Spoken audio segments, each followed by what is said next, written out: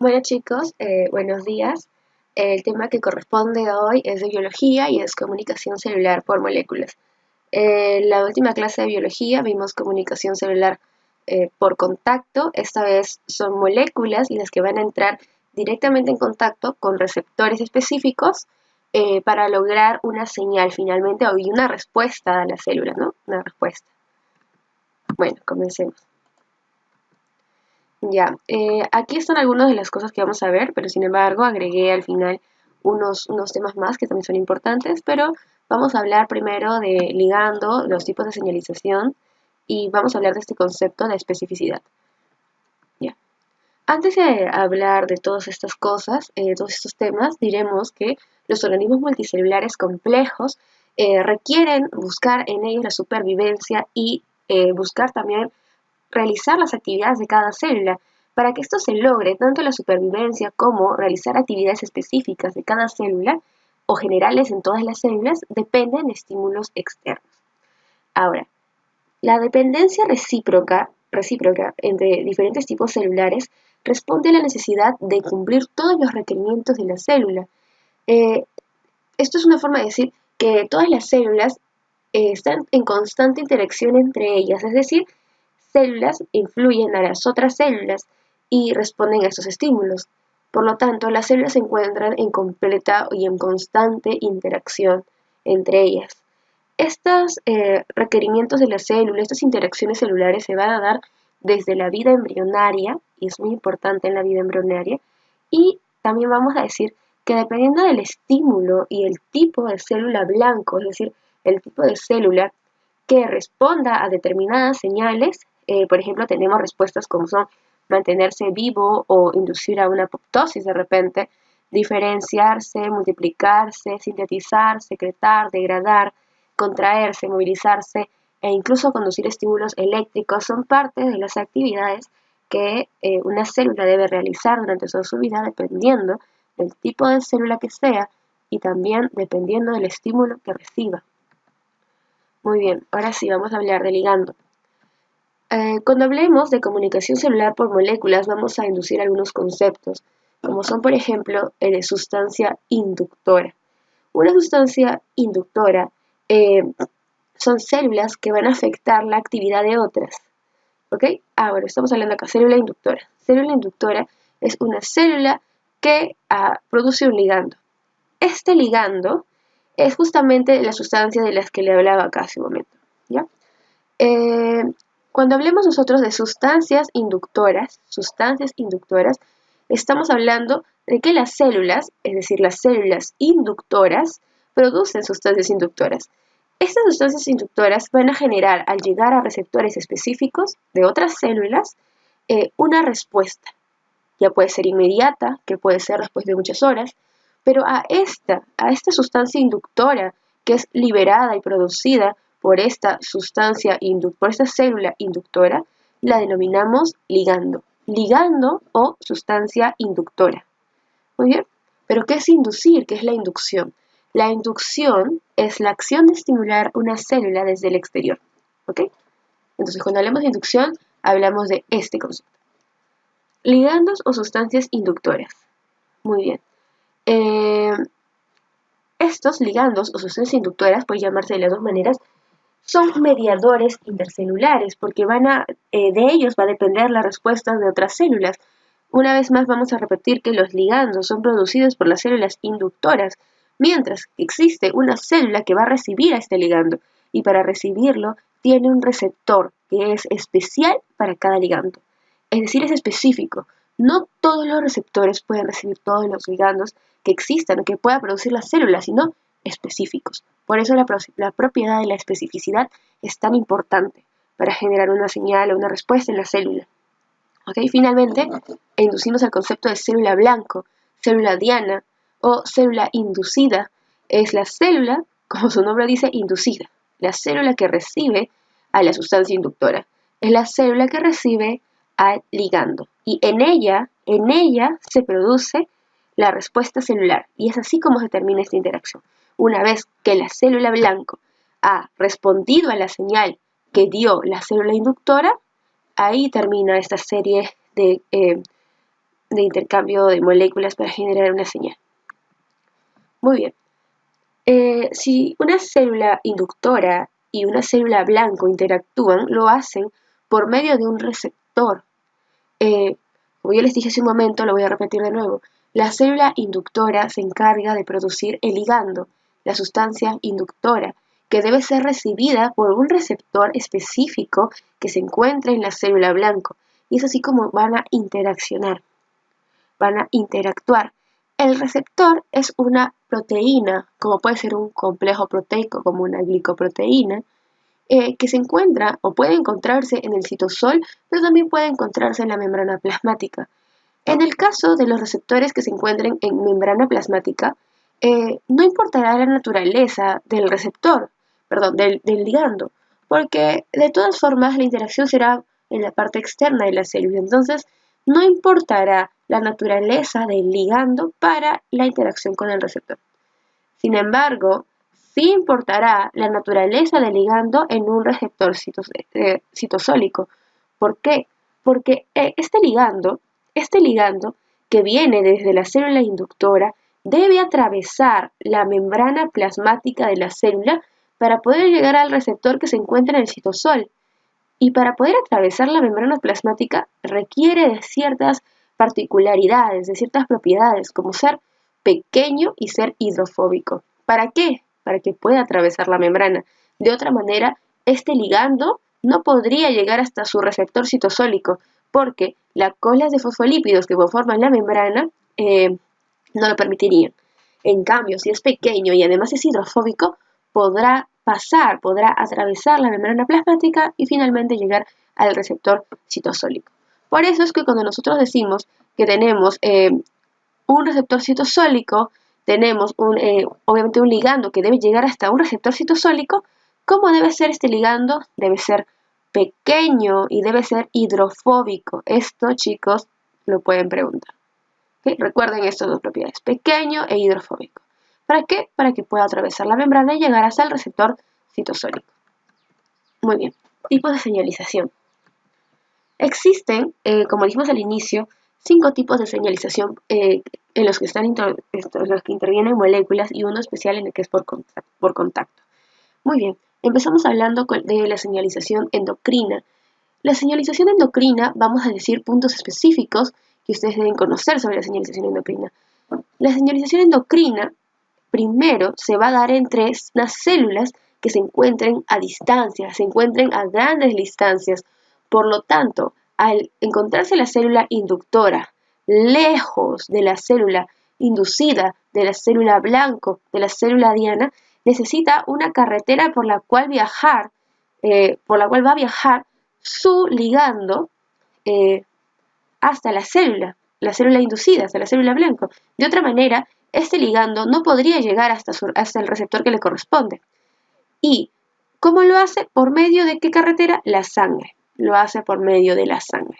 Entonces, cuando hablemos de señalización endocrina, vamos a decir primero que se da entre dos células, o la célula inductora y la célula inducida, o célula blanco, que se encuentran a grandes distancias, y que va a llegar los ligandos producidos por la célula inductora a través de la sangre.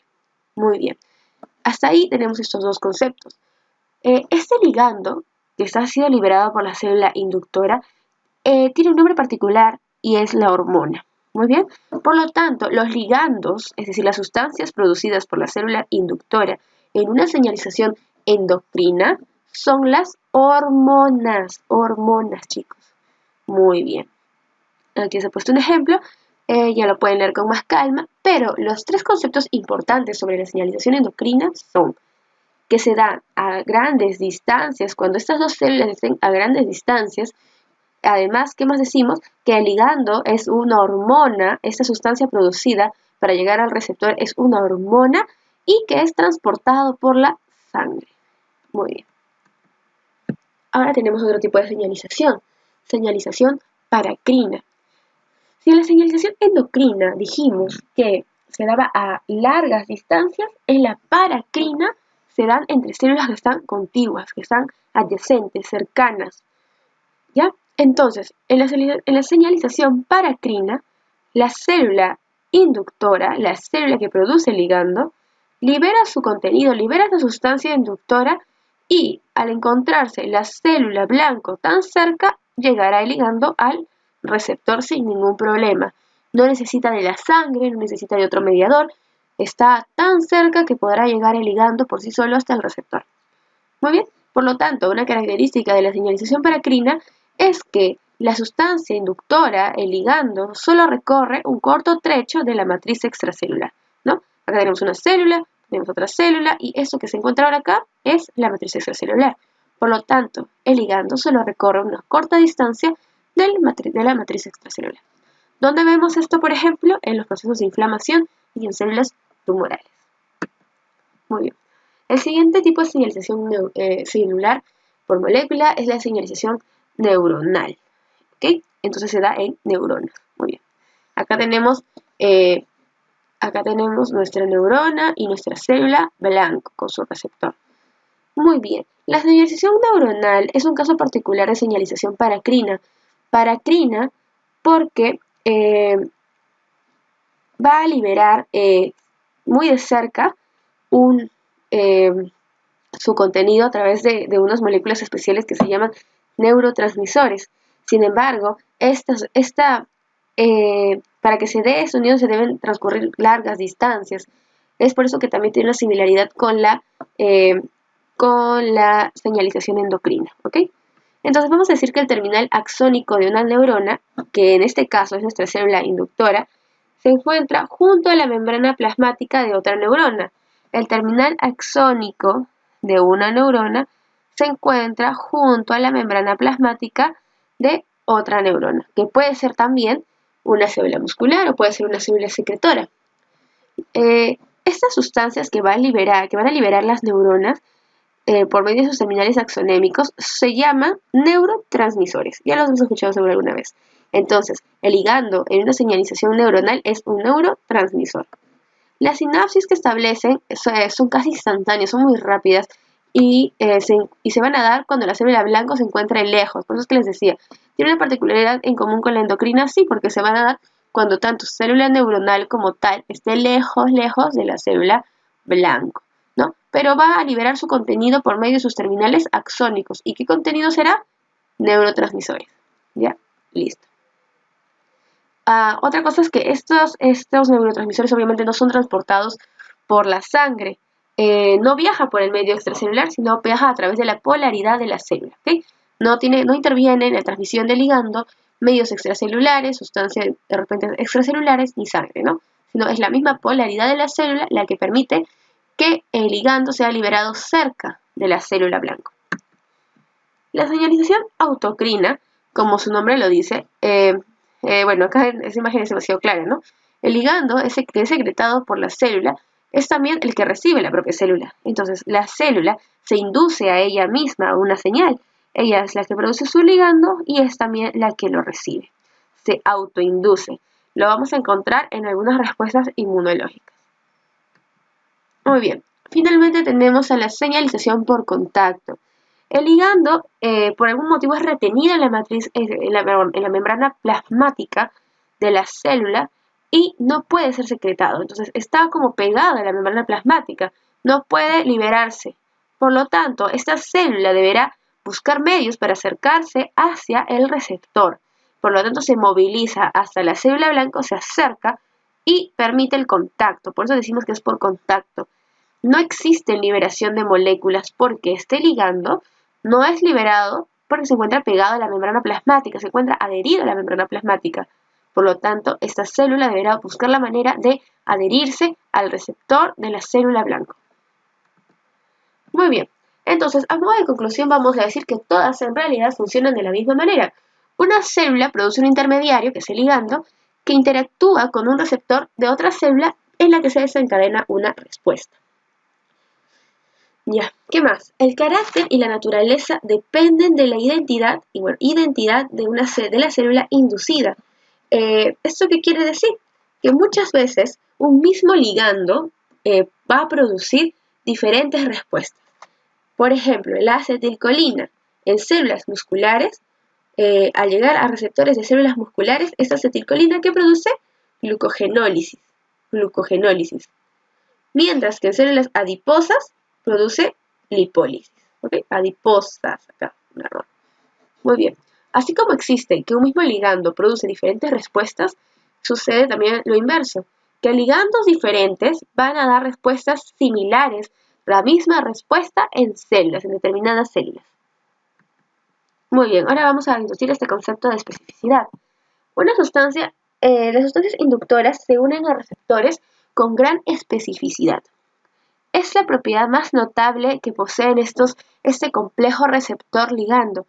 Cada ligando solo actúa sobre ciertas células que constituyen su objetivo o célula blanco. Es decir, un ligando ya está destinado hacia llegar a cierto receptor en cierta célula. Entonces, debe buscar específicamente ese receptor, no otro, porque sobre otro no ejercerá la acción que tiene que generar. Tiene que ser sobre su célula blanco, en la que produce una respuesta específica. Por eso es que hablamos de especificidad. El ejemplo más llamativo son las hormonas, porque si bien yo les dije que las hormonas liberadas por las células inductoras transcurren por la sangre y estas hormonas están entrando en contacto con diferentes receptores de diferentes tipos celulares durante su transcurso, pero no activan ninguna respuesta en estas células, sino que van a ir directo hacia la célula en la que tienen que cumplir una función. Por lo tanto, las hormonas son específicas. No van a activar cualquier receptor. No van a formar complejos con cualquier receptor, sino con receptores específicos. La especificidad del ligando se corresponde con la de los receptores porque juntos van a formar una adaptación conformacional. Es como una llave y su cerradura. Tienen que encajar ambas para poder abrir ese candado, para poder generar una respuesta celular. Muy bien. Durante la interacción ligando-receptor es justamente el primer eslabón de la cadena de reacciones químicas que son propagadas en el interior celular. ¿Esto qué quiere decir? Que el primer eslabón de la cadena de todas estas reacciones hacia llegar a una respuesta final de la célula es la interacción ligando-receptor. Esa es la primera eslabón, es lo primero que tiene que suceder.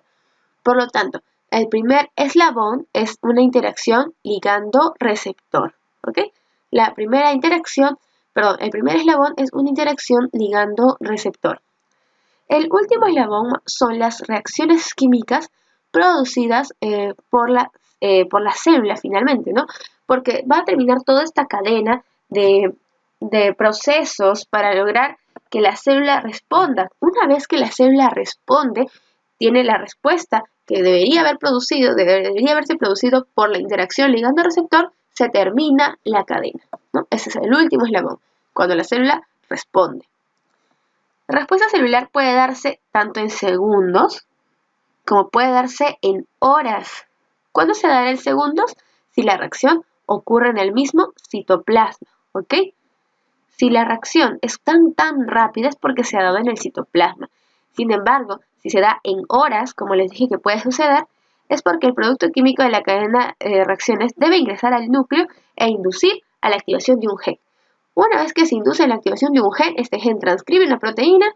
Finalmente, la acción de esta proteína, que ha sido obviamente traducida y finalmente se forma una proteína, entonces ahí recién se verá la acción celular, ¿no? La respuesta celular. En cambio, si esto no sucede y simplemente ocurre una reacción en el citoplasma, será rapidísimo. Sin embargo, si debe ocurrir en el núcleo, llegar hasta cierto gen, este gen se transcribe y traduce una proteína, y esa proteína recién es la que justamente produce la respuesta. ¿Ok? Listo. Ahora veamos, inducciones celulares mediadas por receptores citosólicos. Muy bien. Inducción por receptores citosólicos. Son receptores que se encuentran en el citosol, obviamente. Ahora, ligandos que van a llegar hasta estos receptores citosólicos tenemos, por ejemplo, a las hormonas esteroideas, a las hormonas tiroideas, a la vitamina D, al ácido retinoico. Todos estos no son receptores, son ligandos. Ligandos que se unen a receptores citosólicos. Por lo tanto, esto se lo pueden preguntar. ¿Son ligandos que se unen a receptores citosólicos? Las hormonas esteroideas, las hormonas tiroideas, la vitamina D, el ácido retinoico. De todas estas, las tres primeras, es decir, las hormonas esteroideas, las tiroideas y la vitamina D, tienen una señalización endocrina, llegarán por medio de la sangre, ¿verdad?, hasta la célula blanco.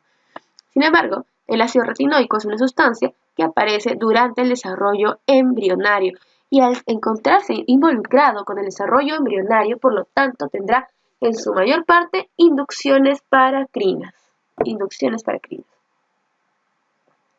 Muy bien.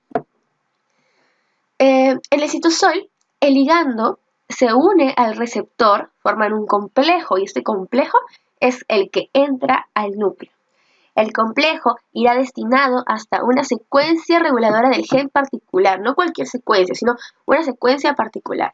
Y este gen es codificado por esta secuencia, ¿no? Obviamente estos genes tienen una secuencia y estos genes van a inducir a su transcripción y posterior traducción, síntesis de una proteína. Esta proteína que se va a producir después de todo este proceso es quien va a dar la respuesta. ¿Ok? Listo. Ahora vamos a hablar en un apartado especial del óxido nítrico, que les pueden preguntar sobre el óxido nítrico. El óxido nítrico, vamos a empezar diciendo que es producido por macrófagos, por células endoteliales y por algunas neuronas. Este óxido nítrico se comporta como un ligando, ¿ok? Se comporta como un ligando. El óxido nítrico actúa como una enzima citosólica en el citosol. Específicamente interactúa con el grupo M de la enzima guanilato ciclasa, cuya activación, es decir, activación de este grupo M de la enzima guanilato ciclasa, convierte el GTP en guanosina monofosfato cíclico, ¿ok? Que desencadena una respuesta celular. Ahora, el óxido nítrico tiene una acción muy breve, hablamos de 10 segundos, ¿no? Es sintetizado por células endoteliales, y dijimos, principalmente que se encuentran ¿en dónde? En los vasos sanguíneos, y que tienen como blanco, células musculares lisas de los mismos vasos. O sea, estos vasos que tienen sus células musculares lisas son células blanco ¿de quién? Del óxido nítrico.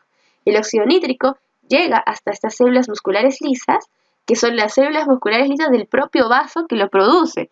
O sea, las células endoteliales que se encuentran en el endotelio de los vasos producen óxido nítrico, pero este óxido nítrico activa a las células musculares lisas del mismo vaso sanguíneo, ¿ok? Que producen relajación, vasodilatación. El proceso, esta dilatación no empieza ahí, sino que empieza antes, cuando la acetilcolina, que emerge de los terminales axónicos de células endoteliales, producen una enzima que es la óxido nítrico sintasa, que se une al aminoácido arginina y produce óxido nítrico. Por lo tanto, no simplemente es que vino el óxido nítrico, no, sino vamos a antes. ¿Cómo formamos este óxido nítrico? Cuando la acetilcolina, que fue liberada por terminales axónicos de las células endoteliales, ¿qué sucede? Producen óxido nítrico sintasa, que se une ¿a qué? A aminoácido arginina y producen recién óxido nítrico. Esta enzima, óxido nítrico sintasa, se une al aminoácido arginina y produce óxido nítrico. Antes de pasar a lo siguiente, vamos a decir algo especial sobre el óxido nítrico. El óxido nítrico está muy relacionado con el proceso de erección del pene. Ya dijimos que la acetilcolina es liberada por los terminales axónicos del sistema simpático y parasimpático, que actúa, acetilcolina que es liberada por terminales axónicos, va a ir directo hacia receptores de células endoteliales. Muy bien, acetilcolina, que es producida por los terminales axónicos del sistema simpático y parasimpático, llega hasta receptores de membrana ¿de quién? De la célula endotelial, ¿no? Endotelial, o sea, las células que recubren por dentro a los vasos sanguíneos. Como respuesta, estas células, ¿qué sucede? Liberan una enzima, que es ya dijimos, óxido nítrico sintasa. La óxido nítrico sintasa, que genera óxido nítrico a partir de ¿quién? Del aminoácido arginina. Este inductor pasa al espacio intracelular, hasta que llega al citoplasma de células musculares lisas, ¿no? Hasta que llega al citoplasma de células musculares lisas, promoviendo la vasodilatación y consiguiente erección del pene, ¿ok? Listo. Entonces, el óxido nítrico altamente relacionado con la vasodilatación, por ejemplo, que puede conllevar a la erección del pene en varones. Receptores de superficie celular. Esto es muy importante. Aquí vamos a conocer a un señor, que es la proteína G. La proteína G es, como dije, una proteína de membrana, es una proteína que va a producir y posteriormente permitir la amplificación de señales, ¿ok? Vamos entonces a empezar hablando de la proteína G. Ya, es una proteína transductora. Ya, a ver, empecemos. La proteína G es esta proteína que está. Esa es la representación. La proteína G tiene una particularidad, porque la proteína G tiene 3 subunidades. Tiene una subunidad alfa, tiene una subunidad beta y gamma. El complejo beta-gamma siempre está junto, y su función es mantener a la proteína unida a la membrana. Esta es la membrana celular. Entonces, función del complejo beta-gamma, mantener unida la proteína G, toda la proteína G en su totalidad, a la membrana. Mientras que la subunidad alfa tiene una actividad GTPasa. ¿Vemos esto de acá? ¿Vemos este GTP? Muy bien. La proteína alfa, cuando decimos que tiene actividad GTPasa, es porque puede unirse a GTP y degradarlo y convertirse en GDP. Por lo tanto, mientras que el complejo beta-gamma cumple la función de mantener unida la proteína G a la membrana, la subunidad alfa tiene actividad GTP-asa. ¿Esto qué significa? Se puede unir o degradar GTP. Genial. Seguimos hablando entonces. La proteína G solo se activará cuando esté unida a GTP. Si no se encuentra unida a GTP, sino a esta molécula que vemos acá, GDP, entonces la proteína G estará inactiva. Muy bien. ¿Y cómo es que se activa la proteína G? Acá tenemos a un receptor de membrana, ¿verdad? Ese es nuestro receptor. Nuestro receptor, que está acá, tranquilo, recibe a un ligando. Muy bien, recibió el ligando. ¿Qué sucedió? Vemos acá que de repente este espacio, este receptor, está cerrado o tiene otra conformación. Pero cuando llegó, claro, es un receptor para la proteína, ¿verdad? Ya. Una vez que llegó el inductor, ¿qué sucedió con la conformación de este segundo receptor para la proteína? Se activó. Se hace más grande para permitir su unión con la proteína G. Se encuentra acá. Muy bien. La proteína G detecta este cambio conformacional y por lo tanto expone este receptor su lado de unión, su sitio de unión para la proteína G. Ya. ¿Qué pasa luego? Luego, para permitir que una vez que se active, tras esta señal, la proteína G se activa. Y como se ha activado, ¿qué sucede? Intercambia GDP por GTP. Una vez que se ha requerido de GTP, esta proteína G se activa. ¿Y cómo se activa? ¿Qué sucede cuando se activa? La proteína G se libera la subunidad alfa. La subunidad alfa se libera y esta subunidad alfa se dirige hacia una segunda molécula importante que tenemos acá, que es nuestro segundo mensajero. Y ahora lo vamos a conocer como adenilato ciclasa. ¿Qué dice acá? La unión del GTP separa, muy bien, acá está clarísimo, la unión del GTP separa la subunidad alfa de la proteína G, quedando expuesto el sitio de unión para la adenilato ciclasa.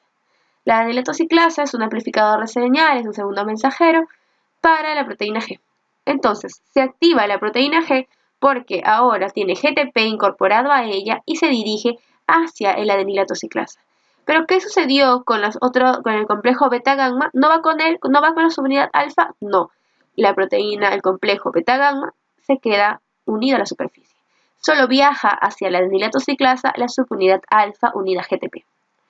Muy bien. Entonces, la subunidad alfa se une y activa a la molécula adenilato ciclasa, que produce muchas moléculas ¿de quién? AMP cíclico. Acá aparece otro nombre. Muy bien, repitamos este paso.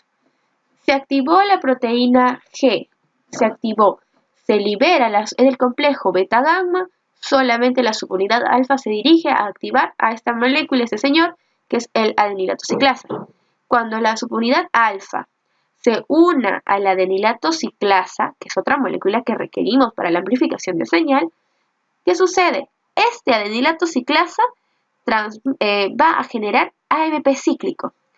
Esta molécula, AMP cíclico, y el AMP cíclico lo forma por medio del ATP. Entonces, el adenilato ciclasa agarra el ATP y lo transforma en AMP cíclico. Luego, ¿qué sucede? Una vez liberado el AMP cíclico, se da la hidrólisis del GTP. Entonces, como dijimos, la subunidad alfa tiene actividad GTPasa, así como pudo unirse al GTP, también lo puede degradar. Y lo degrada y se convierte en GDP. Dijimos que la proteína G estará inactiva cuando se encuentre unida a GDP. Por lo tanto, al causar la disociación de la subunidad alfa con la molécula de adenilato ciclasa, se acabó esta unión, la proteína G toma su conformación inicial. La subunidad alfa regresa junto con el complejo beta-gamma y está unida a GDP porque se encuentra inactiva hasta que venga otra vez un inductor y genere todo esto. Pero recordemos que nos hemos quedado con esta molécula liberada. Esta molécula liberada no es que no la vayamos a necesitar más, no, sino que esta molécula liberada ahora aparecerá en un nuevo proceso. Recordemos a la molécula de AMP cíclico que nos quedó después de toda esta interacción de la proteína G. Muy bien. Activación de las proteinquinasas y específicamente la proteinquinasa A. De lo anterior nos quedó esta molécula, ¿verdad? La adenilato ciclasa, por medio de ATP, convirtió a AMP cíclico. Muy bien, ahora, este AMP cíclico no es que ya no sirva, sino que más bien se va a unir a la proteinquinasa A. ¿Qué es la proteinquinasa A? La proteinquinasa es un tipo de proteinquinasa que lo que va a hacer es recibir a las moléculas de AMP cíclico en sus subunidades reguladoras, porque la proteinquinasa tiene dos subunidades, una subunidad regulatoria con sitios de unión para el AMP cíclico y una subunidad catalítica. Obviamente, estas moléculas de AMP cíclico se dirigen hacia los sitios de unión ¿de quién? De la proteinquinasa, que se encuentran en su subunidad regulatoria. Entonces, las moléculas de AMP cíclico llegan hasta sus sitios de unión. ¿Qué sucede después? Una vez que han llegado, se liberan esas subunidades catalíticas. Y son estas subunidades catalíticas las que van a llevar a diferentes procesos, como por ejemplo, que es este proceso de acá que se da en la célula. Y así como este esquema, encontraremos muchos más. Esta es solamente una de las propiedades, no de las actividades que pueden realizar estas subunidades catalíticas liberadas. Muy bien, ahora hablamos de la amplificación de señal. Pero antes de hablar de la amplificación de señal, vamos a regresar a la proteína G. Les dije que existía la proteína G, que era una proteína transmembrana, de membrana. La proteína G, vemos acá, proteína GS. ¿Qué significa GS? Proteína G estimulatoria, ¿ok? Obviamente estimulatoria por el nombre en inglés. Proteína G estimulatoria. ¿Qué sucede? La proteína G puede encontrarse en dos tipos. Una proteína G estimulatoria y una proteína G inhibitoria. ¿Cuál es la diferencia? La proteína G estimulatoria lo que hace es permitir que esta proteína G se una a la molécula de adenilato ciclasa y lo que sucede es que aumenta la concentración de AMP cíclico, estamos acá, AMP cíclico intracelular. De nuevo, proteína G estimulatoria. Se activa porque se unió a GTP, ¿verdad? Se unió a GTP, llega hasta el adenilato ciclasa y ¿qué sucede? Aumenta las concentraciones de AMP cíclico. Aumentan las concentraciones de AMP cíclico siempre que esta proteína sea la G estimulatoria. porque si es la proteína G inhibitoria, realiza lo mismo, sucede lo mismo. Se activa el GTP, se une GTP, llega hasta el adenilato ciclasa, el adenilato ciclasa se activa, pero esta vez ya no va a aumentar las concentraciones de AMP cíclico, sino que las disminuye. Entonces, a resumen, cuando sea la proteína G estimulatoria la que está activándose, como en este caso de acá, ok, se une a GTP, llega hasta el adenilato ciclasa y ¿qué sucede? Aumenta concentraciones, porque estimula, es estimulatoria, estimula las concentraciones de AMP cíclico. Pero si yo tengo la inhibitoria, sucede lo mismo, llega GTP, se une al adenilato ciclasa, pero disminuye las concentraciones de AMP cíclico. ¿Ok? Ahora, ya. Genial. Vamos a hablar de la amplificación de señal. Ya tenemos que llegó un ligando, se unió a un receptor de membrana y este receptor de membrana lo que hizo fue activar proteínas G. Pero no solamente es una, sino varias proteínas G. Dependiendo de cuántos inductores lleguen hasta un receptor, se activarán proteínas G y se activan varias proteínas G. Y ahora, cada proteína G lo que hace es activar una molécula de adenilato ciclasa. Acá tenemos una proteína G. Esta proteína G se activó. Se activó y se unió a la adenilato ciclasa. Así como esta proteína G se une a adenilato ciclasa, lo hacen de la misma manera muchas otras proteínas G que se unen a otras moléculas de adenilato ciclasa. Y cada uno de estos complejos formados que se van a activar durante largos periodos, lo que hacen es producir cada uno moléculas de AMP cíclico. Cada uno producirá moléculas de AMP cíclico y uno producirá muchas moléculas de AMP cíclico. Acá hemos tomado a este complejo activado de proteína G con adenilato ciclasa. Y activado por mucho tiempo, produce muchas moléculas de AMP cíclico. Y así como este lo hace también de igual manera y este también. Y si existen otros, que son muchos, también lo harán. Por lo tanto, serán liberados muchas moléculas de AMP cíclico, que a su vez cada una se va a unir a una proteinquinasa como las que ya vimos hace un momento. Se unirá a los sitios de unión de la subunidad reguladora de la proteinquinasa A, que producirá una enzima, ¿no? Enzimas NN cada una. De la liberación de las subunidades catalíticas de la proteinquinasa A se obtienen subunidades NN, ¿no? Subunidades NN. Y cada una de estas enzimas, a su vez, tiene productos, que son muchos. Por lo tanto, imagínense que si solamente de hemos obtenido cuántos productos finales, de la misma manera los obtendremos de y los obtendremos de y de muchas otras proteínas G que se activan. Por eso, nosotros decimos, a modo de resumen, que a partir de un inductor, este inductor que está acá, de membrana, obtendremos muchas unidades de producto. Un inductor, muchas unidades de producto. Por eso hablamos de amplificación de señal. De apenas tener un inductor, obtenemos muchas moléculas de producto. Finalmente vamos a hablar de la proteína RAS. La proteína RAS, ¿qué es? Muy bien, la proteína RAS, para no hacerlo complicado y bastante sencillo, es esta que está acá. Y es una proteína G citosólica. Pero vamos a ver por qué la llamamos proteína G citosólica. Si no se parece, ¿por qué? Porque esta proteína RAS es apenas una unidad, solamente es un monómero, solo tiene una subunidad, que es esta. En cambio, la proteína G de membrana tiene 3 subunidades, ¿verdad? Alfa, beta y gamma. Sin embargo, la proteína RAS solo tiene una subunidad, es una unidad, ¿no? Muy bien, estamos redundando, pero para que quede claro. ¿Cuál es entonces la similaridad? Si tú me estás diciendo que esta proteína RAS es citosólica, ni siquiera es una proteína de membrana, la estoy viendo en el citosol y no en la membrana. Muy bien, lo que los hace bastante similares y lo que le da probablemente el nombre también de proteína G citosólica es que esta proteína RAS tiene, al igual que la proteína G de membrana, actividad GTPasa. Ambas comparten esa particularidad, ambas tienen actividad GTPasa. ¿Esto qué quiere decir? Que se unen a GTP como pueden degradarlo. Ahora, la proteína RAS activa, mejor dicho, a una proteína RAF. La proteína RAS unida a GTP, es decir, está activada. Una vez activada, lo que hace es activar a una proteína RAF. Esta proteína RAF inicia una cadena de fosforilaciones, ¿vemos? Fosforilaciones que termina con la activación, ¿ves? Vemos, ¿se entendió hasta acá? Proteína RAF activada, GTP. Activa a la proteína RAF.